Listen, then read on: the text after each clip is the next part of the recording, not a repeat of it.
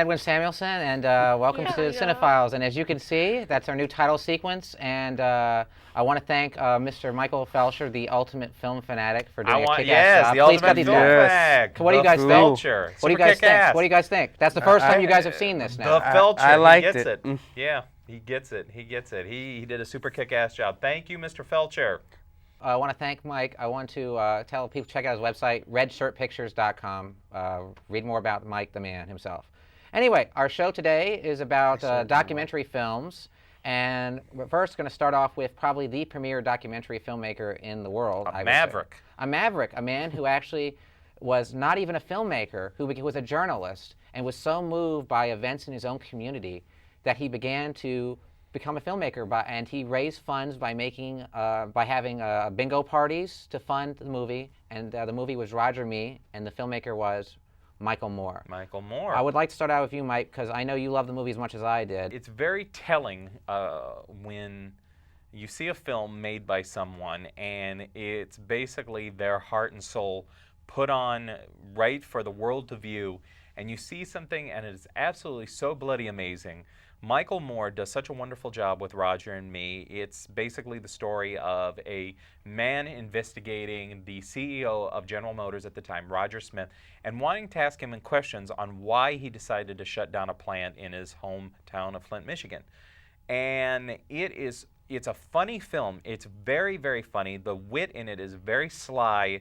The laughs are extremely subtle. Some are over the top. Some of the situations that he finds himself in, which is basically exploring this town and the characters and the people. Actually, the people within the town take on these characterizations. But it is a very, very strong film, and I can't. Mike, and Roger Smith is a really big weasel. I want to ask you about something here. Now, the thing about this film is that not only is it very entertaining, it's very funny, which is one thing that Michael Moore does. And heartbreaking. And heartbreaking is that he makes these subjects funny, but yet you're not appalled by it. That you're seeing the irony. Unless you're a Republican or a conservative jackass. Which I am not, thank God. But if you look at these films, you actually see where he really cares about this community. It's not just a film for hire project. This is something where you see a man, like you said, invest his heart and soul. And these people, I mean, there's this one woman who actually kills rabbits and sells to survive. Them, pets and meat. I mean, that's pretty desperate times. I mean, it's almost it's a mixture of like hillbilly culture and some sort of post-apocalyptic survival instinct, that you're going to do whatever you can to make money to put food on the table for your family. And pets are meat. That's basically the theme, which was the sequel to Roger and Me that Michael Moore only did for PBS. Which I would love to see. I've always wanted to see it, but I've never seen it. It's very short, and it kind of explores the miniature comeback, the temporary miniature comeback of Flint. And it was intriguing. It was very short. It was only, I think, about 20 minutes. Yeah, 20, 30 minutes long. But it's very short, but it's still very entertaining. Now, Jeff, I want to go to you. Okay. Tell us what you think of Michael Moore as a filmmaker. I think he is a very talented filmmaker for somebody who's never actually studied film or anything. And I feel it also, when he makes documentaries, he's led more by his heart and his morals than anything else, instead of wondering, oh, is this the right shot or is this not the right shot? And it's interesting that he made one film that wasn't a documentary, that was a movie that had a good idea, but unfortunately it was a horrible follow through. Poor execution. Exactly. And that film is Canadian Bacon, by the way. Yes, and and that is an unfortunate blemish on his stellar filmmaking career. But I really like Michael Moore documentaries. I mean, the first one I ever saw was his next one after Roger and Me was the Big Red one. Oh, the big one. Oh, the big one. Sorry. The Big Red one. Yeah, that's Sam totally Fuller's different. our next show. The Big Red one is a good movie by Sam Fuller. Check that out. But the movie we're talking about is the big one. Yes, the big one, which followed mainly his book tour, but also other things that happened during his book tour, like when he went to go sign at a certain bookstore, he found out that the employees didn't have a union. So he got involved in that, and by the end of the movie, I'm not ruining anything, they got a union, but it was mostly because of also him helping them. So it shows he's not after just, headlines or, what's topical. He actually has opinions on things other than maybe Flint, Michigan, or whatever the subject of whatever documentary he's making. The first time I saw that movie, I mean, I'm getting emotional thinking about it. I cried. I really cried because it upset me to know that in this false illusion of the Reagan years and how great they were, everyone was doing great. You see this town. Please put how great in quotations. Well, that wasn't a quotation. It was just, it's just, I mean, I really got upset. It was an emotional experience. If you ask me most emotional experience in my life, Roger and Me would probably be one of the most emotional. I mean, you just see these people devastated by what this town and these people who just don't give a damn. Now, when there is the rich section of Flint, Exactly. the wealthy, Yes. decide to throw a great Gatsby party, and they decide to hire locals to play living mannequins at the party, and then you see these wealthy jackasses who say, when Michael Moore asks them, "Do you have any advice these people who lost their jobs through GM on what they should do?" And this guy with his ascot and his, I'm sure $400, $500 sport coat, get up in the morning, do something, start your day right. And you just want to literally reach through the camera or reach through the television set and strangle him.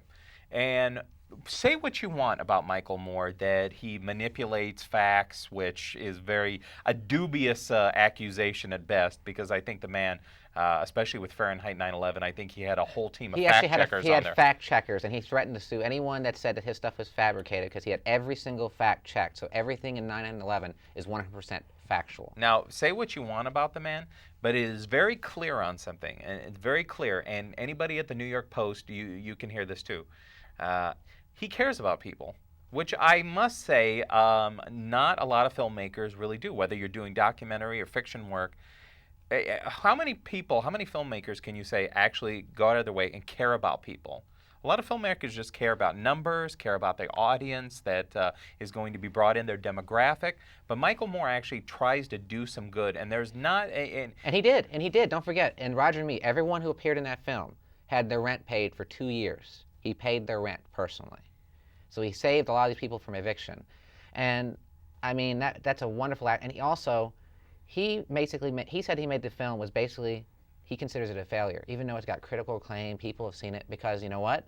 GM never answered Nothing for its has happened in for Flint. its the travesty it's that worse they than ever. committed against the town. It's worse than ever. And in fact, they talk about how the rat population triples the population of the actual human Within the population. film, yeah. And that's a pretty shocking feat. I mean, you see Flint the way it used to be and how it became. It was basically this nice city, and then it just became just a ghetto. Nothing. It looked like a bomb had dropped in a lot of these places. In fact, they said that the post office couldn't keep up with the demand of the forwarding addresses because people were getting out in droves. Yeah, one thing that they show in the film is that they talk about the most successful business was the new prison that they opened up.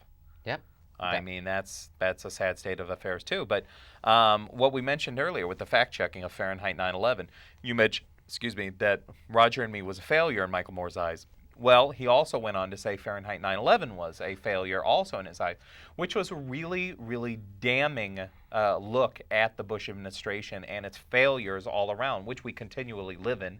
By the way, I don't want to make this show too political, but well, it's a political film, and there's political messages about this film. This, as you guys know, he said Fahrenheit 9/11 is his opinion, and he has been totally honest about that. He has never said, he said, this is my opinion, and this is the facts that I base my opinion on, and I want you to watch. And there's some things, I mean, it might not be his best film, which we'll get to in a little bit, but Fahrenheit 9/11 is a film that basically, it goes throughout the entire U.S. I would say Fahrenheit 9/11, it might be his most powerful film. It's the one, I think, since even though Kerry did not win the election, because maybe instead of making Fahrenheit 9/11, Michael Moore should have, just made a film about watching how the Democratic districts in Ohio were completely neglected. He should have made a film about that, whereas the Republican had all the machines working and everything, because then it would have made a difference, and then we would have had a new president. But he actually should also do a follow-up on Dick Cheney, the real president of the United States. And that would be another good film to do. But right now he's going to be tackling HMOs, so. Which I am very looking forward to. The movie is called SiCKO. Right. Which will be about the HMO, and if you ask me, the HMOs are actually a more scary topic than the Bush administration. Yeah. Because they're in cahoots together. Well, let's talk about the film that basically brought Michael Moore back from this, I'm not going to say obscurity. Well, He was gone for a while because he didn't do anything, but he did The Bowling big for one, Columbine. the big one did not do as well as he probably would have liked. He had his core audience that went to see it, and that was about it. I did see it in the theater. But you're right, Bowling for Columbine brought this man back to the forefront of. And was the highest grossing documentary of all time Until Fahrenheit Fahrenheit 9/11, which, thank God, makes me happy. I mean, the one thing that I got to give Michael Moore credit is that even if you don't agree with the man, when you leave that theater, you talk about what you just saw. Exactly. And I had there is a moment in Bowling for Columbine which talk about another emotion. He's given me 3 of the most emotional experiences I've ever had in my life in a film, and that's something amazing. I actually had tears. There's a scene in Bowling for Columbine where you see this 6-year-old kid go to school and kill this other one. You know, poor lady, you know, kid brings a gun to school and you just go, oh, how dare that mother? How dare she? You know, because that's immediately what you think. You know, you think about that. How could she let this kid have a gun? And then you realize that she's working 11-hour days. Exactly. He dives into this. And this is something that you really don't see the news organizations cover. And I got to say, being corrupted by this whole media thing, I didn't judge that myself. And I was ignorant of that. I will admit that. But when I saw that, I saw this woman horrified. I mean, it was horrifying. I felt my heart go out to her. I mean, this woman was working 2 jobs, taking a bus 3 hours to get to work, to get paid minimum wage. And then this restaurant, Dick Clark, Mr. Hero, was basically using her as a tax write-off. So he was getting paid to actually use her. And this woman was struggling to make ends meet. And this is something he explored and he explained to everyone and educated a lot of people. Well, when you first saw Bowling for Columbine, what'd you think? I mean, that was the first so I'd like to ask you, what film did you think about that? had an impact with. Yeah, because when I first saw it, I thought it was just going to stick to strictly to gun control issues, and and even though that didn't seem like the most exciting topic to watch, I went to go see it. But what I liked about the film is that it also delved into other areas other than gun control or things that might lead to gun control. Like there was, I believe, a side story about like how the media always reports like how dangerous it is in South Central and how bad and criminal-ridden it is. And then you see him at the corner of where this whole ghetto is supposed to be so bad. And, you know, basically there's nothing really that bad happening. And then how also the media will make it seem like it's all minorities because there was that whole story about Africanized killer bees. Not just killer bees,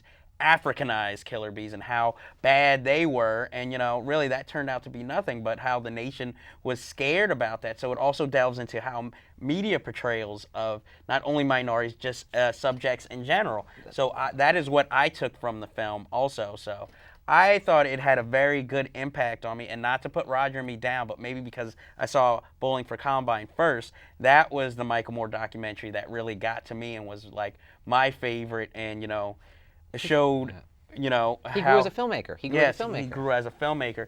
And, you know, also, I know a lot of people get on him because he's in front of the camera a lot. But, I mean, the whole thing is forget about that. Focus on the story that's being told. So if he puts his face in front of the camera, so what? What does that have to do with anything? These questions wouldn't be asked. But you know something, that criticism that you just brought up, doesn't that really say something about our society when we focus on his weight or his stubble, or his ratty baseball hats that he wears, rather than the subject he is covering? Exactly. Doesn't that really, that is a really piss poor concept of what American society is. But my problem is that if he was like, let's say, some male model looking dude, you wouldn't hear anything Instead about of Michael Moore, it was Marcus Schenkenberg. Well, there's one thing I want to say. I am concerned about his weight, because you know why? I want him to be around forever because he's a liberal out there, and I want him to live as long as possible so that he can explore these issues in further detail. When he did Roger and Me, he's really one of the lone artistic voices that really stepped up and showed the after effects of the wonderful Reagan years that we had to deal with, 80 through 88. The corporations that started moving elsewhere to make larger profits, and meanwhile leaving people behind, aka the GM employees. Which most of, you know, Hollywood or even any intellectual didn't get to until like the mid 90s. Did they start actually when talking they about started assessing the history or the legacy of exactly. Reagan. Before that, it was like, oh, he was such a good president, he's an American hero. Even when he died, what really pissed me off was they were actually thinking of putting Reagan's face on like a newly minted like quarter. Well, when they you named say an when airport you after say him, for God's they, sake. that was basically The Republican- Republican Party. Republican Guard who was trying to get something going. take over the country. The best they did was rename an airport, and so who cares? Let Dulles become Ronald Reagan. Nobody cares. I want to Exactly. go into some more about the Bush. Bush is in both Fahrenheit 9/11 and in Bowling Yes, for he is. Columbine. And the thing that I love about the film is that he doesn't just go, "Hey Bush, you suck," blah blah blah. He lets Bush talk for himself and hang himself. There is a priceless moment in there where I still to this day can't believe that this actually occurred. Where he's on the golf course talking about getting terrorists, and then he goes, We're gonna go and get those These terrorist terrorists. killers. and now watch this drive, and he tees off on a golf course. I'm like, are you so concerned with your golf game over the terrorists? I mean, this is a really serious situation. This guy has nothing on his What's mind. even more damning is when he is sitting there, and they have the timer, and he is sitting there staring off into space, got his tongue in his cheek or cleaning his teeth or whatever. My pet goat. No, yeah. After he hears that the planes have crashed in the World Trade Center. That's the most. That's You the most get up, amazing you say, footage. "Kids, thank you for your presentation. I have to leave now and do presidential stuff." You don't sit there and look like a deer in the headlights, which I know has been an overused phrase, but it is true. And how can Americans watch that? And you know something? Most people that criticize that film never even saw it.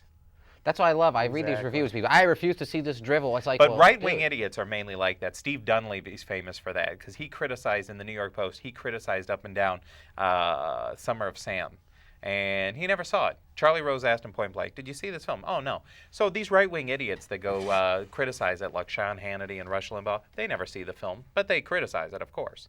Well, I want to wrap this topic up on Michael Moore and move on to our next topic. But I want to have some final. I want to say some final words on Michael Moore. I have nothing but Don't say it like that because it sounds like you're eulogizing him. no. Exactly. I have nothing but respect for this man. I can't wait till he does his film on the healthcare system, which is totally messed up and just awful. Poor people are not getting treated when they're sick. And I hope to God he'll do Hurricane Katrina, but thankfully Spike Lee is doing that, so that might be good. But I hope that people will see these films for what they are and be informed.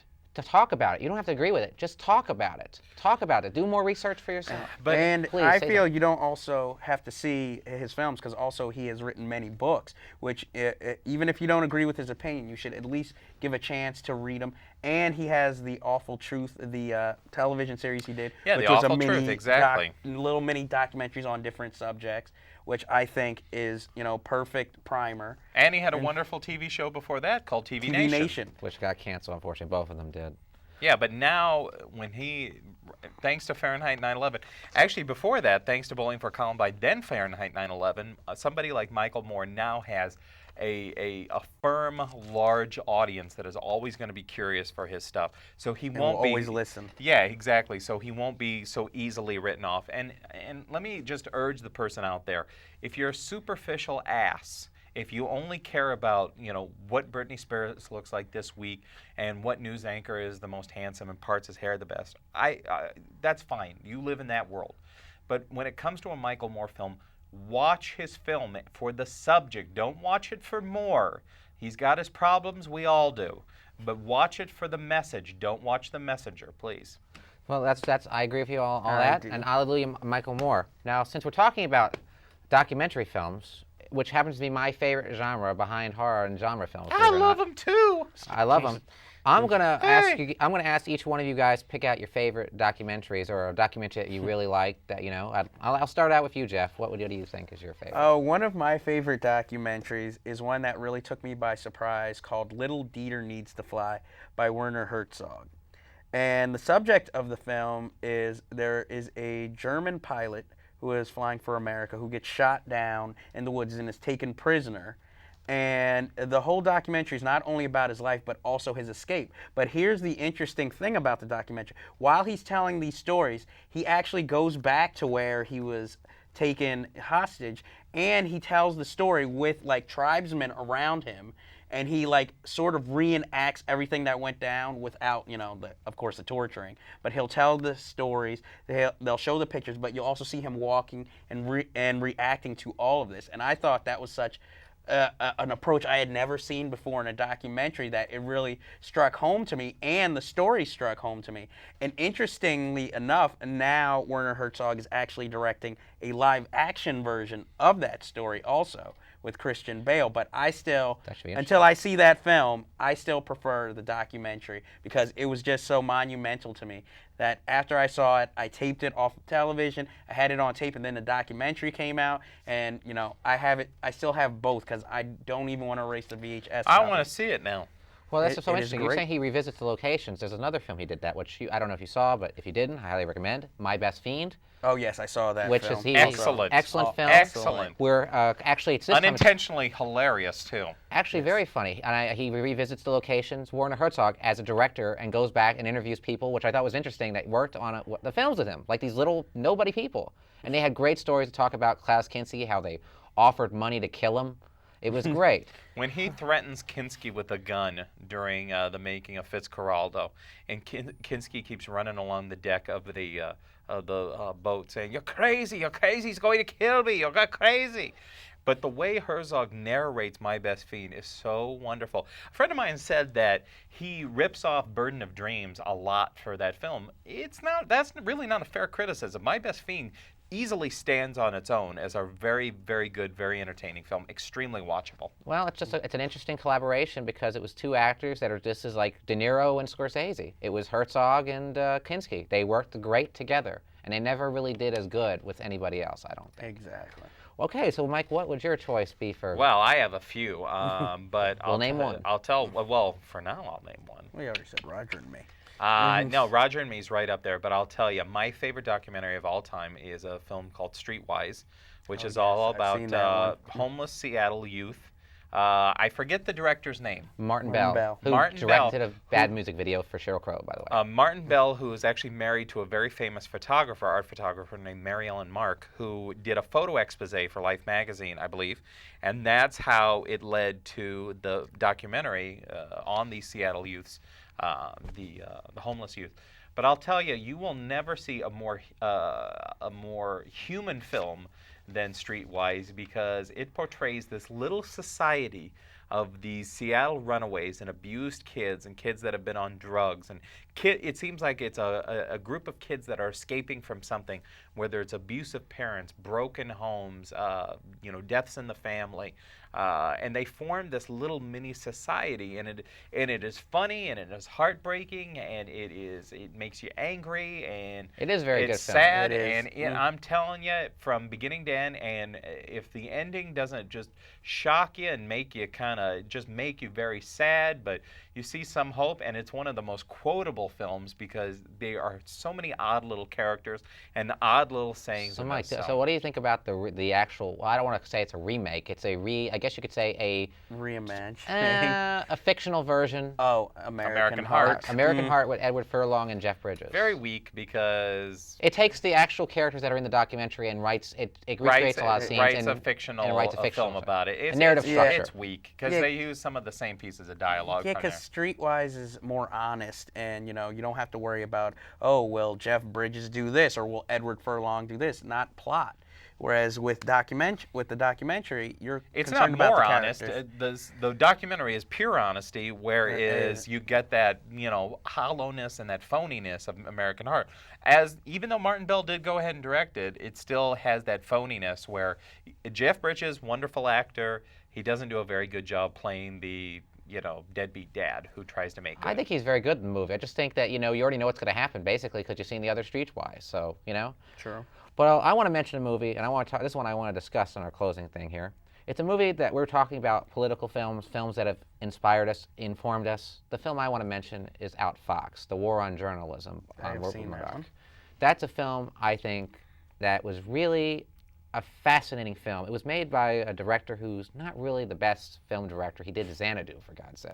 Robert Greenwald. Yeah. Robert Greenwald. Yes, but I gotta give him credit. He made a very, very well-made movie that, Fahrenheit 9/11, used the footage from Fox TV And this is a documentary on Fox and how the conservative they are and how they really have a hidden agenda. How they are truly, exactly. how they truly are not biased, or I mean, how truly biased they are, rather than what fair and balanced, which is the exact opposite of what Fox really is. But then again, if you have more than half a brain, you'll know this already. So Yeah, I mean, I loved how they showed this footage of this 9/11 the son of a 9/11 victim, and he was on the I Bill cannot O'Reilly thank show. you that fart in the wind, and basically he was talking. Oh, your father would want us to go over to Afghanistan and kill these people, and he's like, no, he wouldn't. And Bill O'Reilly actually gets yelled at this guy, and cuts his mic off. Jeremy. Jeremy, I forgot what his last name Have nothing is. but respect for this man. He held his ground, and I mean, this must have been a very emotional time for this guy after his father was killed. And Bill O'Reilly physically threatened him,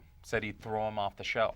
Which he did. He did take him off the Well, show. all he did was Not cut. physically. Yeah, he just cut the mic. Yeah, Bill O'Reilly's one of those guys. A lot of talk. He may be tall, but he's old, and he should have died anyway. I mean, he's. Were you surprised? I mean, I knew Fox was decrepit. conservative. I knew it was conservative, but Yes. I had no idea it was that. Well, Not Fox, until you watch it. Yeah, Fox News is run by the biggest hack, biggest Reagan hack, and that's Roger Ailes. I mean, he's essentially the fat lapdog on Rupert Murdoch's lap. And everybody knows Rupert Murdoch is a right-wing warmonger who just loves money and, vicious, bloody, sensationalistic stories to sell his shitty newspaper. So that's Rupert Murdoch for you. What did you think of that, Jeff? Did you like how Fox? Did it inform you as much as it informed me? Well, it informed me because, I mean, I generally didn't watch, Fox News, but through watching this, it really opened my eyes to, how biased, and that nobody really said anything about it when you see all these examples, and especially when they start asking people who used to work at Fox the memos and the notes that they used to get when they would want to maybe delve a little away from the popular opinion at the station, and how they would either be threatened or, fired. Well, I gotta say, it was a real emotional film for me. I'm glad I saw it. I hope you guys enjoyed this show on documentaries. Thank you very much, and don't forget, watch us same time next week.